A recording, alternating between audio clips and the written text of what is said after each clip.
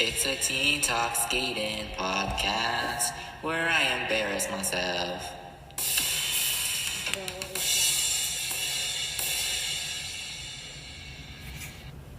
Hello, and welcome to episode number 80 of a Teen Talk Skating podcast. My name is Zango, and I'm pretty sure my computer mount has died, but I'm still going to use it as my fake microphone because I do not have a real microphone. But anyway, I hope you guys are all doing very, very well. Any updates to the podcast? I did make a budget trailer. Forgive me because who has the money to make a real trailer on this podcast?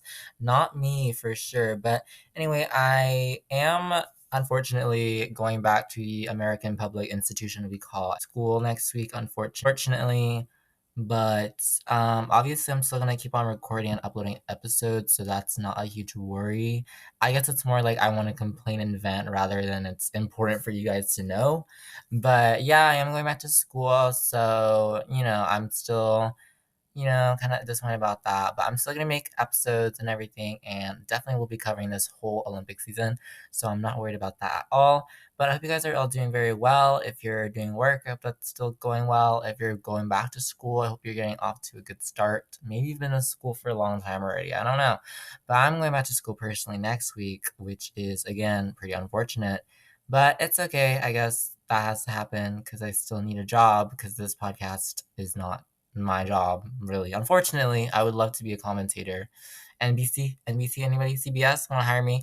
No, it's not happening. But anyway, I guess we should go to our program of the week because this is getting too long. So let's go do that. Mm-hmm.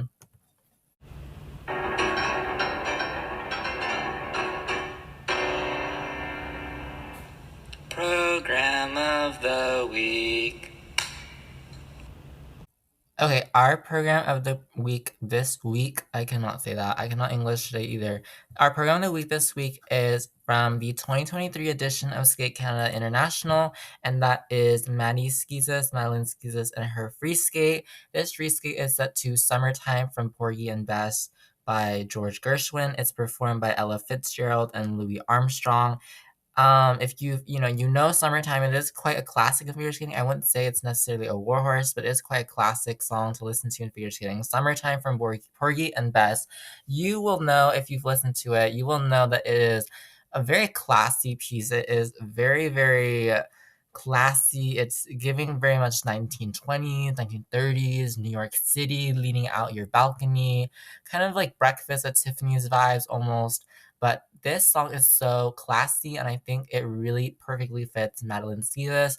I want to say that if I had to pick any figure skater to one day become a Broadway actress, I think it should be Madeline Sealis. I mean, she's done West Side Story before.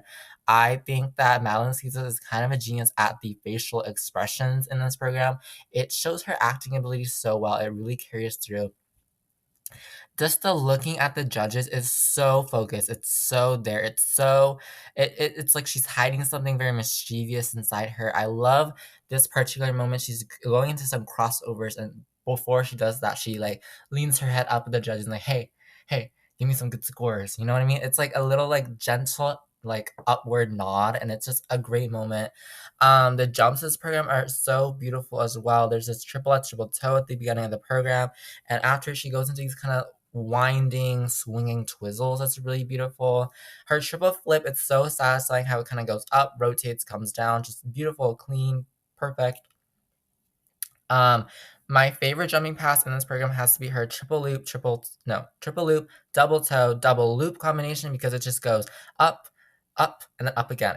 I love it when they do a toe loop combination where it's just so fast. It goes so fast. You're like, was that 3 jumps or was that 2 jumps or was it 5? I don't know. It's so cool.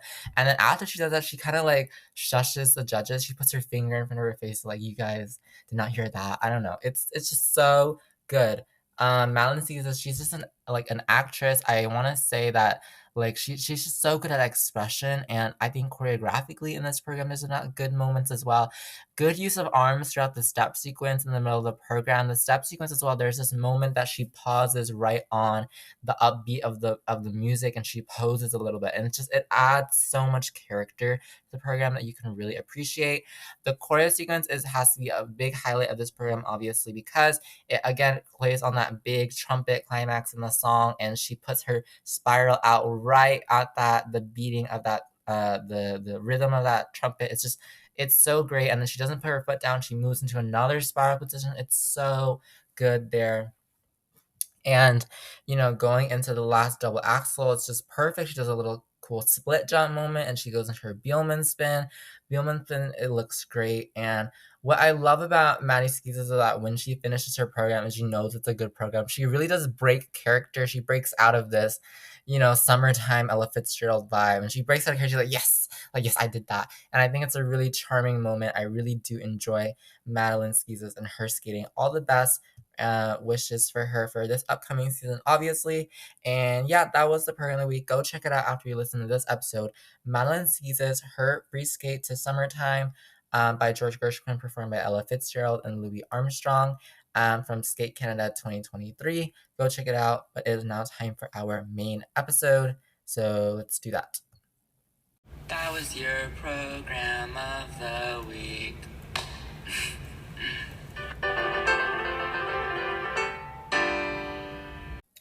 Okay, guys, so as you saw from the title of this episode, the Olympic season is pretty much officially beginning. It has kind of technically begun since July, but nothing super duper important has happened since then, so I haven't talked enough about anything. But this is going to be an episode kind of beginning the Olympic season, at least on my podcast, and beginning to talk a lot more about the competitions and the things you got to watch out for. And I really chose kind of today to do that because the Challenger Series has officially started.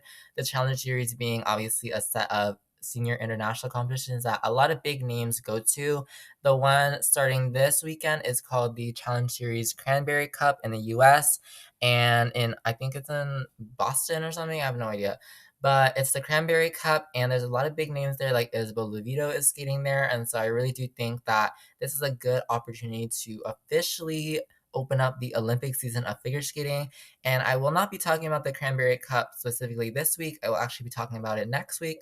But what I wanted to do in this episode is kind of let you guys know all the big stories that you have to know leading up to this Olympics and who is really in contention for Olympic gold, Olympic silver, Olympic bronze, top 10 finishes, all these big stories that I think are super important to know. Who are maybe the dark horses? Who are the front runners? Who has had like a really crazy story over these past 4 seasons? Who's been dealing with injury and they're making a comeback? Which countries have really competitive spots to compete for? All these big stories that I want to talk about because, I really do think that it is important to highlight kind of the background and struggles of these skaters leading up to the Olympics. They don't just compete at the Olympics and they just appeared there, obviously. They have these stories behind them. It's not this episode is not necessarily a prediction episode or a summary episode, but rather kind of a general overview of who you should know, what their stories are, who's in contention for Olympic glory, and all these important things. I really do think of figure skating as kind of this big, never-ending book, and right now this is one of those really big chapters. Maybe every quad is a chapter, and the very end of the chapter is obviously the most exciting part, and the Olympics is the very end of this chapter or this quad. And so the Olympic season is really one of those plot points. It's the climax of it all. It's the top of our plot diagram. If you're an English nerd like me, you know this stuff. But it's very much the most exciting part of these last 4 years of the last 4 chapters or years or seasons maybe of the figure skating story. And so this is a really important moment that I want to highlight. And we're really building out that rising action up to that big climax of the Olympics. And so that's what I kind of want to do today is talk about each of these skaters and each of these stories and what you got to know and all of this crazy stuff that is going to happen. And yeah, so this episode will be organized by discipline. And what I mean by that is what I mean by discipline is that I'm going to talk about the men's stories first, and then the women's stories, and then the pair stories, and the ISN stories. I'm going to talk about all the people you got to know. And so, yeah. So, like, for example, if you haven't been, caught up with figure skating this last season or these last 2 seasons, I feel like this is a really great episode for you. But even if you have been catching up with figure skating, this is still a great story because it really opens up the season for you after the long summer, and you've forgotten, like, who is Alyssa Liu again? I can't remember. Obviously, I haven't probably forgotten that. But anyway, starting with the men's discipline, I think there are so many different men because the men are so chaotic. I think there's so many different men that can really achieve Olympic glory this season, and are men in general that have really interesting stories. We talk about the youngster Ilya Malinin of the USA. He's taken over the world as the quad god. We know this, we love it. He is the first man to ever land the quad axel, obviously, as we all know that. And he is trying to give the USA a second gold medal consecutively in men's singles after Nathan Chen, the quad king, did it back in 2022. Ilya Malinin, the quad god, is really trying to do it in 2026. And so, the story that Ilya Molinen's kind of been building over the last 4 seasons, it's really much like Chaos Child energy, if that makes sense. He has been so, so chaotic. He's had so many glorious moments, and, he is really the front runner, the one to beat. Last season, for example, I believe he had an undefeated season. I don't think anybody beat him at all last season, I believe. He got gold in every single competition he entered. Was it always perfect? No, but he got gold in every competition he entered. He won US Nationals, he won Worlds, he won the Grand Prix final, etc.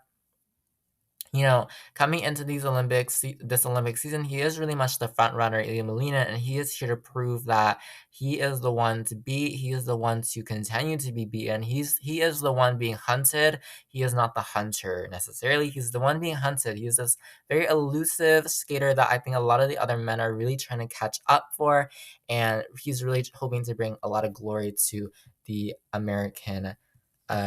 USA for the Olympics, which I think he is very much in contention to do. He's very much the favorite.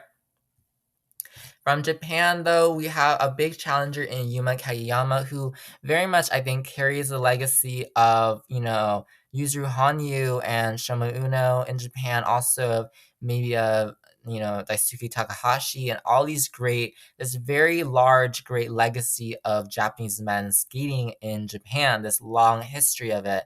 And he is carrying the legacy of Yuzuru Hanyu and Shoma Uno, his predecessors, his ancestors, in a sense, of Japanese men's skating. Those were the former leaders of Japanese men's skating. And now that they have retired, with Shoma Uno very much recently retired, Yuma Kageyama is really much the front runner, the torchbearer, I guess, for the Japanese men at the Olympics. He is very much a front runner. If you recall, he was the silver medalist at the Olympics back in 2020.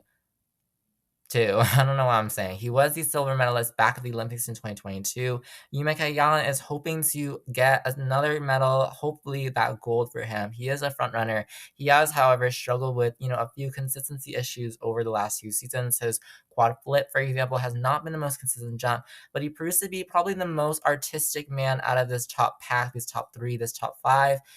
He's worked with Carolina Kostner, a very beautiful skater, one of my favorite skaters of all time. Over the last few seasons, really improved his artistry and especially his skating skills. There's a noticeable difference in that.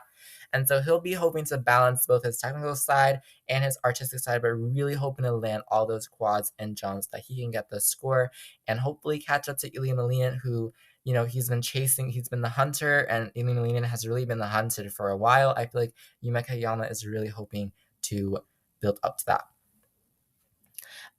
From Kazakhstan is a very big dark horse in Mikhail Shidorov, who is bringing Kazakh skating back to the forefront after the great legacy of Denis Chen and Elizabeth Tuntunbayeva. He came in this last season very much an enigma factor, as I say, a very much mysterious figure. You didn't really know what he was going to do, but he ended up being really much one of the biggest stars of this past season. 2 seasons ago, it would have been like, well, he's a good skater. We don't really see him being top 10 at Worlds, but this past season, he achieved the silver medal at Worlds with an amazing performance. Mikhail Shidorov, he's been very much a front runner technically as well. We talk about Ilya Molina and we talk about him and his quad axel, but we don't acknowledge as much. I feel like that Mikhail Shaidorov has landed a triple quad combination, a triple axel Euler quad Salchow, which is very impressive. The first man to do a triple quad combination, which is really cool. And he came into that last season being a very much dark horse, and he ended up with a silver at Worlds. He even qualified as an alternate to the Grand Prix final. He ended up skating there as well. And a really big story from the youngster point of view, obviously, Molina and Shaidorov, they were medalists at the Junior Worlds together back in 2022, and now they are together in 2026, hoping for Olympic glory. He is very much a dark horse in Shaidorov. I think that his success this past season has been amazing. The main question is if he's able to continue that, if he's able to continue that legacy that he's really built. If that glory was, momentary and temporary, or if the glory is going to go on forever. But he is a very big name, and I think a very big surprise that I think a lot of people need to look out for. A lot of people need to watch out for as we approach this next season. Another big name recently has been Adam Champfort of France. He has been a huge, huge, huge chaos child. Back at the 2022 Olympics, I believe he was something like 15th or something in the tens there. But he has been crazy, crazy, crazy. His results have been very much up and down. Very, not the most consistent skater there. On a good day, he's been really good. On a bad day, not so much. He's been European champion twice, I believe now. He's been on the world podium. Back in 2024, we saw him go from 19th, I think, in the short program to third after the free skate. He was third overall after the free skate. He moved up like 16 positions, which is crazy after the short program. He's done backflips, after his, very much big advent of bringing back the backflip. The IOC was like, yeah, let's make the backflip legal again. Adam Champfort is crazy. He's been doing these crazy contemporary programs and Dune and all this crazy stuff, and he is a huge chaos child. But being a chaos child, I feel like also gives you a lot of potential for going to the Olympic podium. And Adam Champfort is definitely no exception to that, I would say. He's really shown in the past really, really good. Really, really good, technically excellent there. And, he's really showing some, really bringing France to this forefront of men's skating. And I really do think that's really great for him.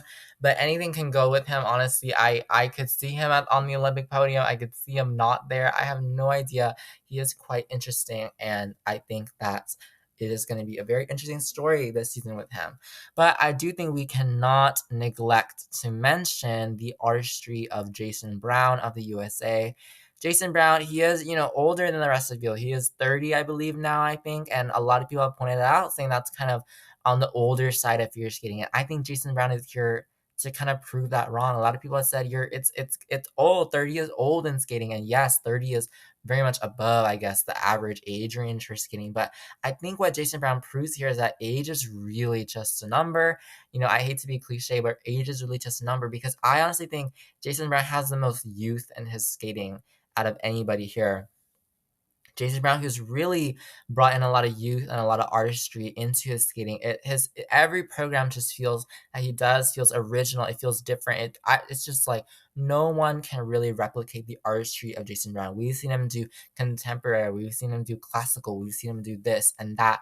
Every moment of extension and lines and grace and beauty is in Jason Brown's skating. He's really here to prove his own points about skating. We talked about him, I remember, back at the 2022 Olympic season that, Jason Brown doesn't have a quad. Jason Brown doesn't have this. Jason Brown doesn't have the quad axle. Jason Brown doesn't have the quad toe, the quad sow.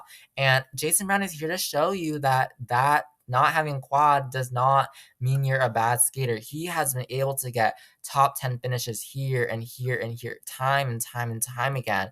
He's been able to medal at U.S. Nationals with a quad, among many, many men who most of them do indeed have a quad, but he is still above so many of the men. He is here to prove that artistry should be on the same level as technical score. He's here to show that artistry can still get you a long way through skating. So very big story there. Kevin Amos of France is another story I want to highlight. He has been very much inconsistent. There were competitions where I remember one competition someone mentioned was that his short program score was only 1 point less than his free program score. He had so many deductions and under rotations and pops in his free skate that competition that he ended up only getting 1 point more overall in that free skate than his short program. But we've had moments of glory where he's been so good. He was fourth back at the 2023 Worlds with this just the most amazing program we've seen. We've seen him compete at America with his amazing Bolero free skate moment. It was glorious. It was so iconic.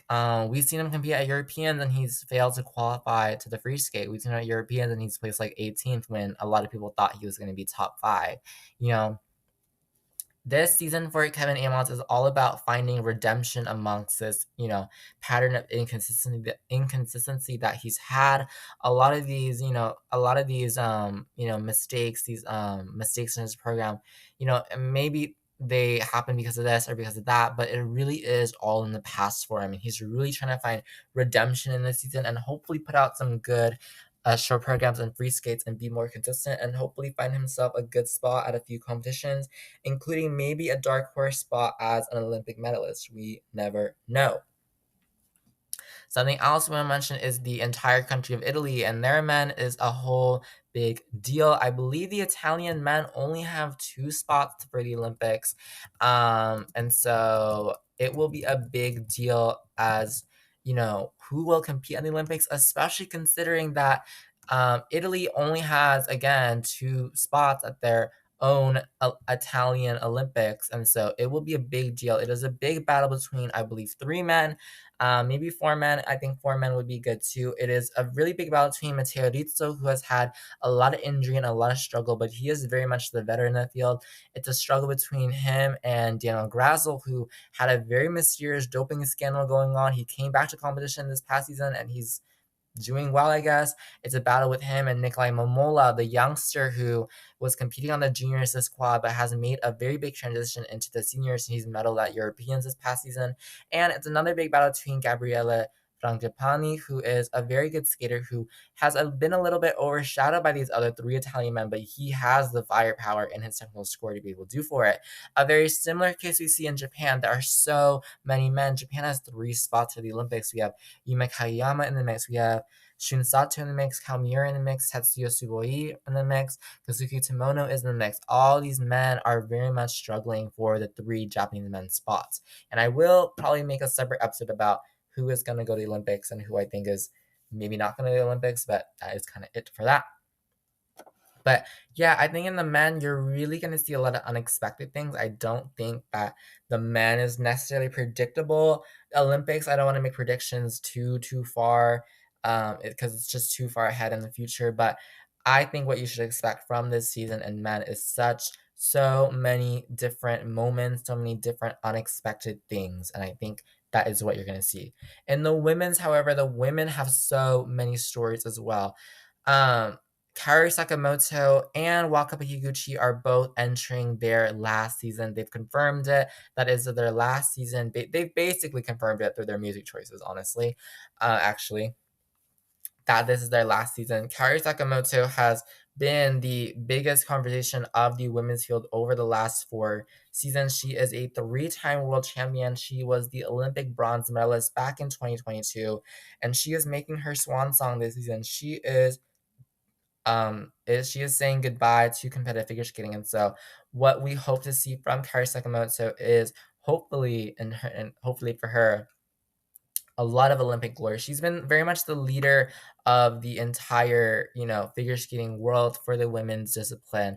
These past 4 seasons, she's medaled at Europeans. No, she's medaled at a lot of competitions. She's won a lot of titles. She's, been here, done that, been there, done that. She has been so well at everything she's been doing.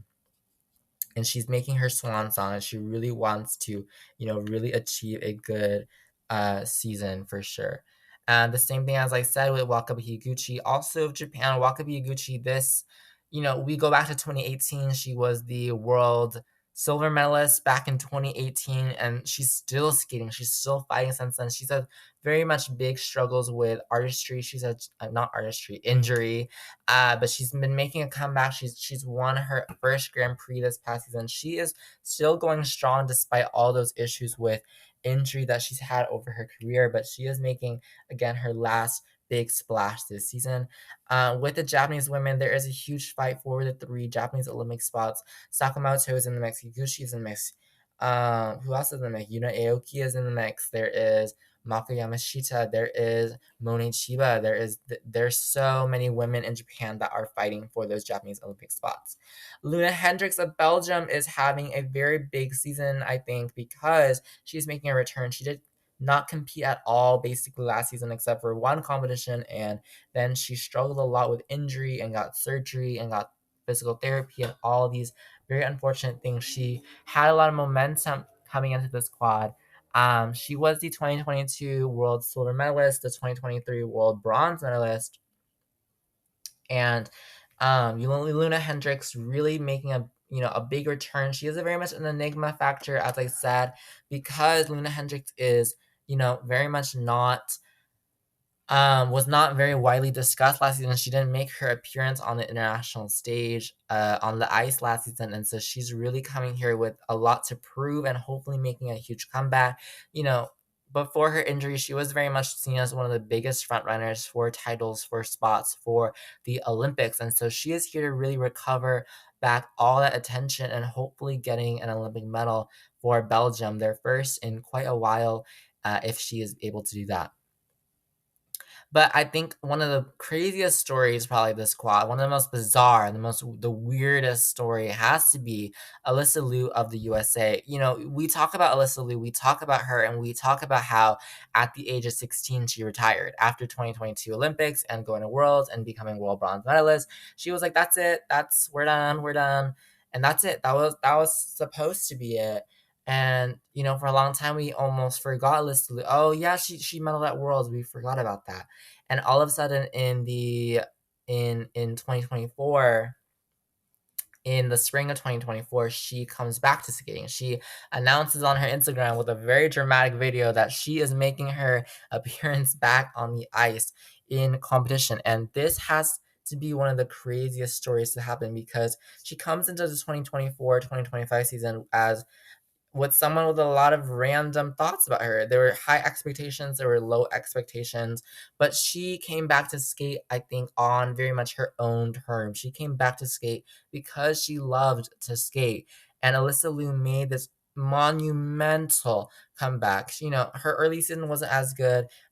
She went to US National, she got silver there. She went to Fort Collins, she was fourth there. But then she goes to Home Worlds in Boston. She puts down two of the best performances of her life, two of the best performances of any skater we've seen recently, and she wins gold in her debut comeback season, and it's the craziest thing to do that at home. She skates with so much joy and so much elegance in her skating and so much different feeling because she is here to skate for, I really do think she's really here to skate very much so for herself. Monumental comeback for Alyssa Liu. She'll be hoping to really continue that, awesome success from World Team Trophy, and hopefully being able to deliver that as we go to the Olympic season in Italy. And I really do think Alyssa Liu is very much a bigger name than we thought that she would be. I know there were a lot of doubts about Alyssa Liu. There were a lot of doubts that Alyssa Liu coming back to skating was not going to be the biggest thing. She's been gone for the sport for about 2 years. Like, how is she going to skate? Like, there were a lot of doubts in everyone's head about Alyssa Liu and, what she would bring. But she comes back with, I think, a very much a clear conscience almost about her skating. She has a clear relationship and connection to her skating that I think that it's just so it's a beautiful story. It's just one for the history books. It's one for it's just the craziest thing. Something to mention as well, Amber Glenn, my absolute favorite skater. Amber Glenn of the USA. Amber has been struggling with consistency over this last quad. That's really been the definition of her quad so far, is kind of inconsistent. Back in 2022 season, 2023 season, kind of inconsistent. She was here and there. She was world. She did men. She did top tennis. She did not top 10, not as good. She ended up landing her first triple axel competition, which was a major deal back at the 2020 free skate America, but then she ended up not really having a good free skate overall. That dropped her off the podium.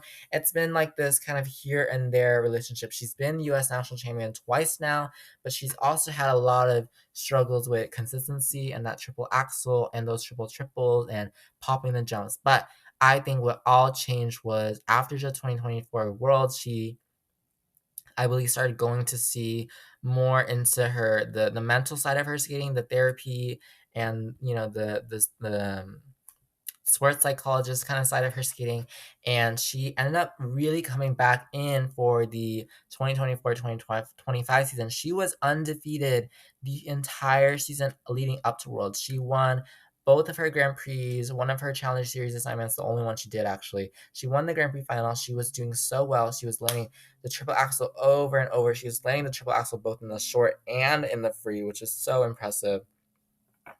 And she was really doing well. She was considered very much a front runner for Worlds. She ends up going to Worlds and she ends up placing fifth or sixth, I believe, which was not the best, but based on the expectations we had. But I think what we're seeing in Amber Glenn is another, again, kind of like Alyssa Lee, almost reclaiming her skating. I really do think Amber Glenn has reclaimed her skating for herself. She's reclaimed her skating because she wants to skate. And that's the story we're seeing from Amber Glenn. And again, really working on the mental aspect of her skating has really helped a lot. And again, all the best wishes to her as she really fights for an Olympic spot and hopefully an Olympic glory moment for her. A big story from Brady Snell I want to point out as well. Brady Snell, we know her as the youngster who went to the Olympics in 2018, and she was very good there. She placed top 10 at the Olympics in 2018. She skated so well. She was Cinderella on the ice in 2018.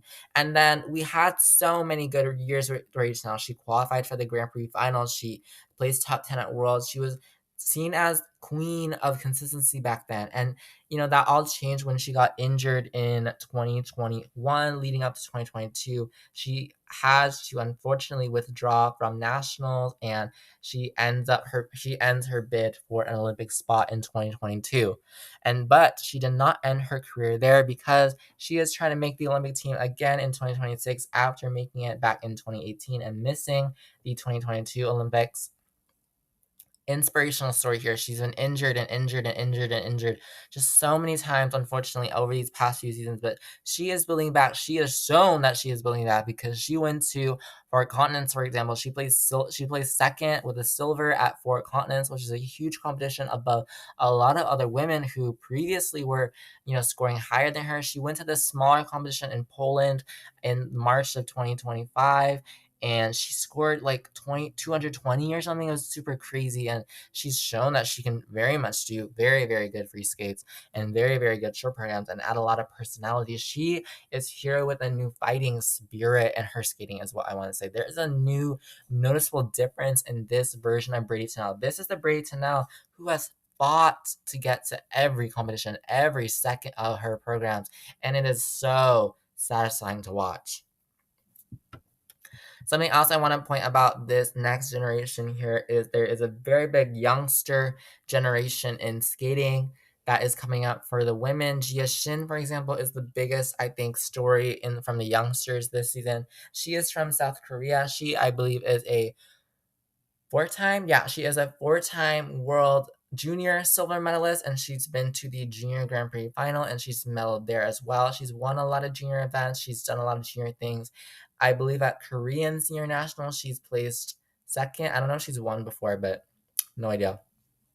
But she is a story to watch. This is going to be her upcoming first senior debut season on the international stage. And Jia Shin is really here to prove that she is young, but she has a lot of power in her. I will tell you that she has a lot of power in her skating that I think should not be undermarked at all. Another youngster comes from Moni Chiba of Japan. Again, another skater who was competing junior earlier this quad, but transitioned very, very successfully into the senior ranks. She has medaled at Worlds. She was a bronze medalist this year at Worlds. She has also really impressed us at at Fort Collins. I remember last season at Fort Collins in 2024, she really impressed me with her free skate, and she did really good in that program as well. Um, and we have really big potential for her. She has been very very consistent usually, and not really popping a lot of her jumps at all, and just really impressive skating from Moni Chiba. But something I want to know as well is Isabel Levito, who really, really, really made a big mark. We knew her as the junior back in 2022. She is now a very much full fledged senior who from the USA. Isabel Levito, really, really good, really artistic, very much elegant. She had very much struggles with consistency, or not consistency, injury this last season, but she really reclaimed herself. She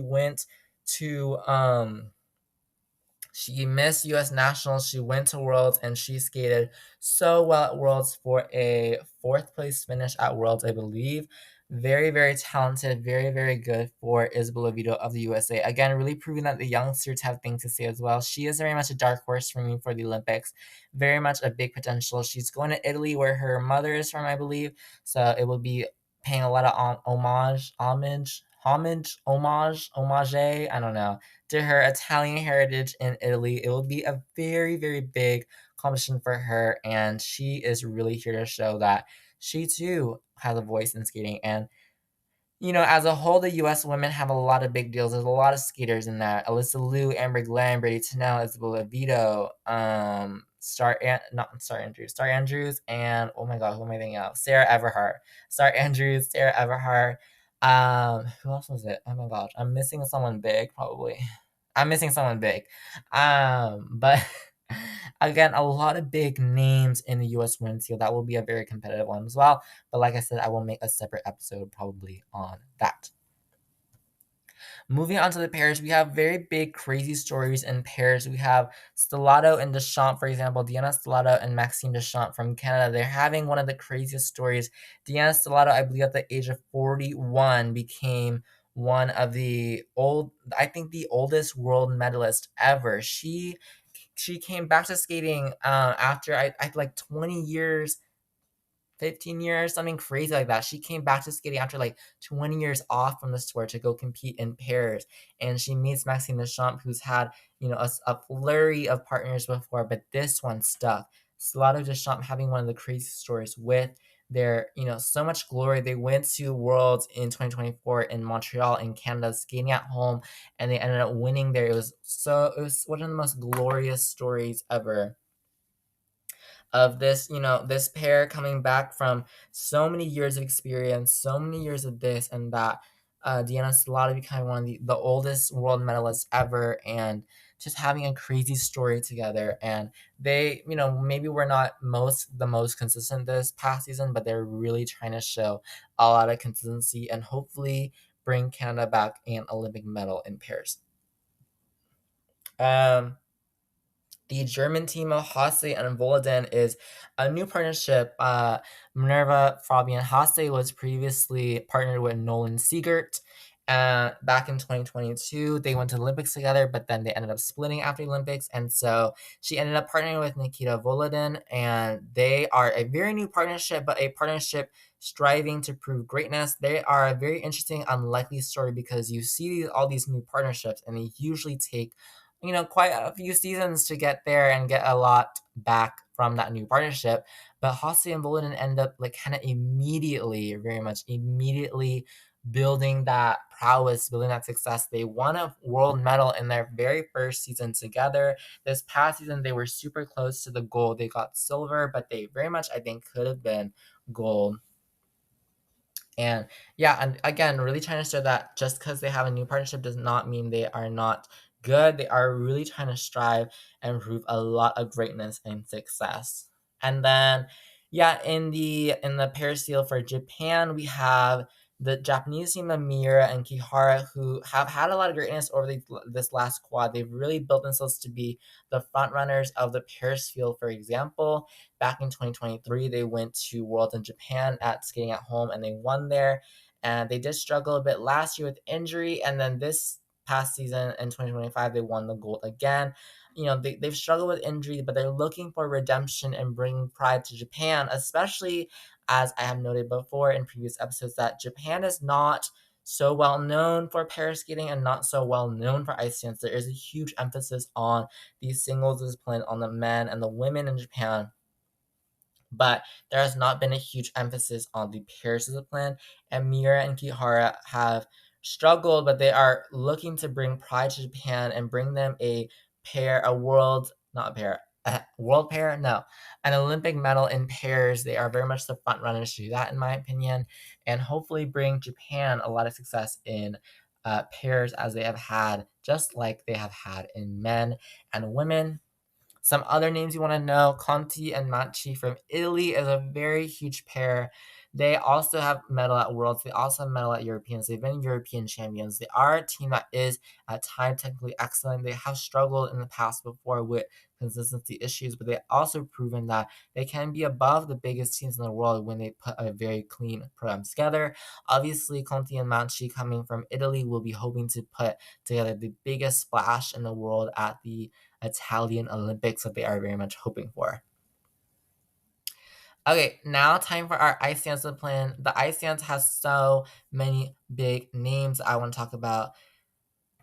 First of all, the frontrunners are Madison Chalk and Evan Bates from the USA. They are the lovebirds. They are literally married now in real life. Last Olympics, they weren't even engaged, and then they got engaged at the Olympics, and now they're married. It's just a huge story.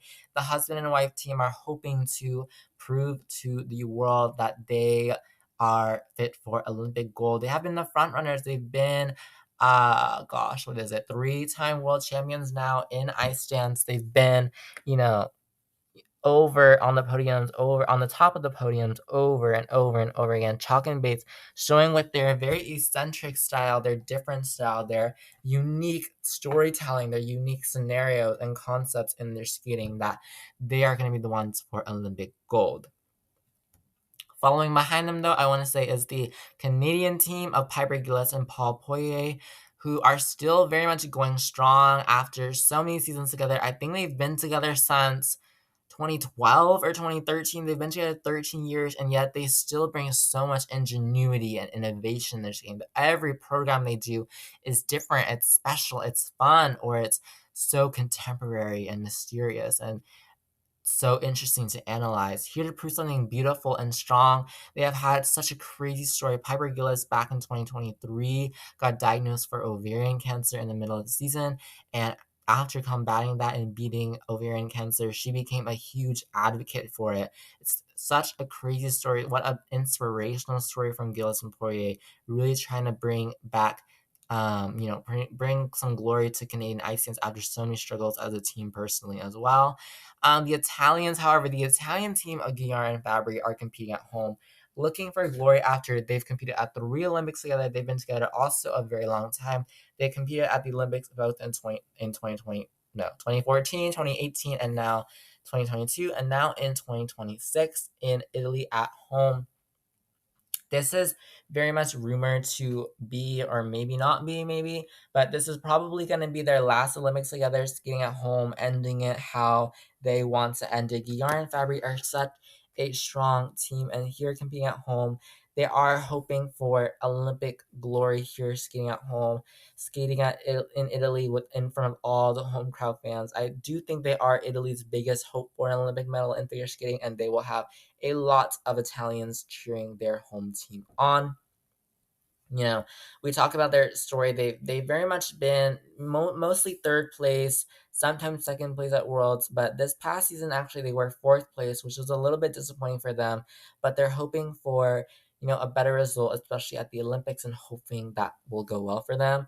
But what is very noteworthy, that third place team that took the spot of Yarn Fabry were the young British team of Fear and Gibson. Britain has not won an Olympic medal since Torvill and Dean did back in 1994 with a bronze in Lillehammer, but Fear and Gibson are going to Torino or slash Cortina Ampezzo. You know what I mean, Cortina Ampezzo. Fear and Gibson are hoping to bring very much youthful energy, very interesting, youthful, upbeat, funky, energetic crowd pleasing energy. They've had programs like Rocky and The Lion King and a disco program that are super interesting, super fun, super crowd pleasing, gets the crowd up on their feet and clapping. Fear and Gibson are hoping to, very much prove that being young in ice dance, especially in ice dance where a lot of age and experience are very much heavily rewarded, they're hoping to prove Fear and Gibson that that does not always have to be the case, that you can be on the younger side and still win an Olympic medal in ice dance, especially in this one where age tends to be the age and experience and time tend to help you a lot, but they are a very interesting team. But we have a lot of dark horses in the field. There's the funky French ice dancers Loporeva and Brissot, who have beaten Fear and Gibson before, have been close to beating Guillaume and Fabry before, who have, again, a lot of interesting energy. They're going with strange, different programs that are very much disco and lights and Gangnam Style esque, and they're doing Bjork for their free dances next season. It's so funky, it's fresh, it's fun. It's not classical and contemporary like we're so used to in ice dance. It's different, it's funky for sure. Then we also have the teams, for example, like the very classically trained and elegant Finnish skaters, Turkula and Vish Lewis, who I really do enjoy, who have put a huge emphasis on their skills, their connection as a partnership, their skating skills, their move and flow above the ice, and their gracefulness. Something important to note, for example, another thing important to note is the Shibutani siblings returning to the sport after 7 years. Maya Shibutani and Alex Shibutani are brother and sister team. They medaled back at the 2018 Olympics with the bronze. They did not compete after that. We thought they were done. We really did think they were done. We thought they were retired, and they just announced this summer that they are coming back to the sport after 7 years, and they are hoping to come back and achieve some Olympic glory yet again. But they face a lot of deep competition. They come from the US, and in the US, there's a huge ice dance field right now. So much competition going on with the US. Chalkin Bates is there, Carrera Ponomarenko is there. Green and Parsons is there, Zingas and Kolesnik is there, and so Maya and Alex Shibutani are hoping to figure out where they fall into that. If they can go to the Olympics yet again, it will be probably one of the biggest stories of this Olympics. After 7 years of not competing at all, they're hoping to come back and make a statement. Something I want to know is a team event. There's a lot of team events. What country is the strongest country in the world in figure skating? It might be the USA. They won the gold in the team event back in 2022. Maybe they'll do it again. Maybe it's the Italians. Maybe it's the Canadians. Maybe it's the Georgians, who have been very much a dark horse in that regard. Maybe it's this. Maybe it's that. Who actually, really knows what's gonna happen in the team event? I don't know. Maybe it's Team Japan. I don't know. But the team event will be very interesting as well. Ugh, can you tell my voice is getting tired? But I want to emphasize again at the very end, this season is super duper exciting. It's super duper just exhilarating to watch. This is the Olympic season. If this is your first Olympic season, you are very much in for a ride. I remember my first Olympic season was the last Olympic season in 2021 to 2022. It was so different, interesting, so much news every single day. There's something to watch out for. Who got injured, who's switching their program, who's switching coaches. It's so interesting, so important. And I hope you are ready for this wild ride as much as I am. Maybe you're not ready at all, kind of like me too. Maybe you'll be surprised and shocked and so surprised with everything that goes on. But this upcoming Olympic season leading up to the 2026 Olympics will be a super interesting season, and I hope you guys will all very much enjoy it and all very much get in and strap your seatbelt and get in and get ready for a huge ride. And that is all for this episode of a Teen Talk Skating podcast. Like I said in the beginning of the episode, I am going back to school, like I said, but do not worry. I will be obviously recording many episodes and uploading them from a Teen Talk Skating podcast. And they will be coming out to track this crazy season, so don't worry about that. But that was all for this episode, basically, of a Teen Talk Skating podcast. My name is Zango. I hope you enjoyed me ranting about this upcoming crazy season for like 40 minutes, 45 minutes. I don't know. Next week, I will be reviewing the Challenger Series Cranberry Cup, and as well as giving kind of a general overview of the current state of American figure skating in particular, because I'm from the US and I kind of want to do that. I feel like I haven't done that kind of thing in a while, of just one country. So yeah, thanks so much for listening to this episode of a Teen Talk Skating podcast, and I will hear from you guys next week. Bye bye.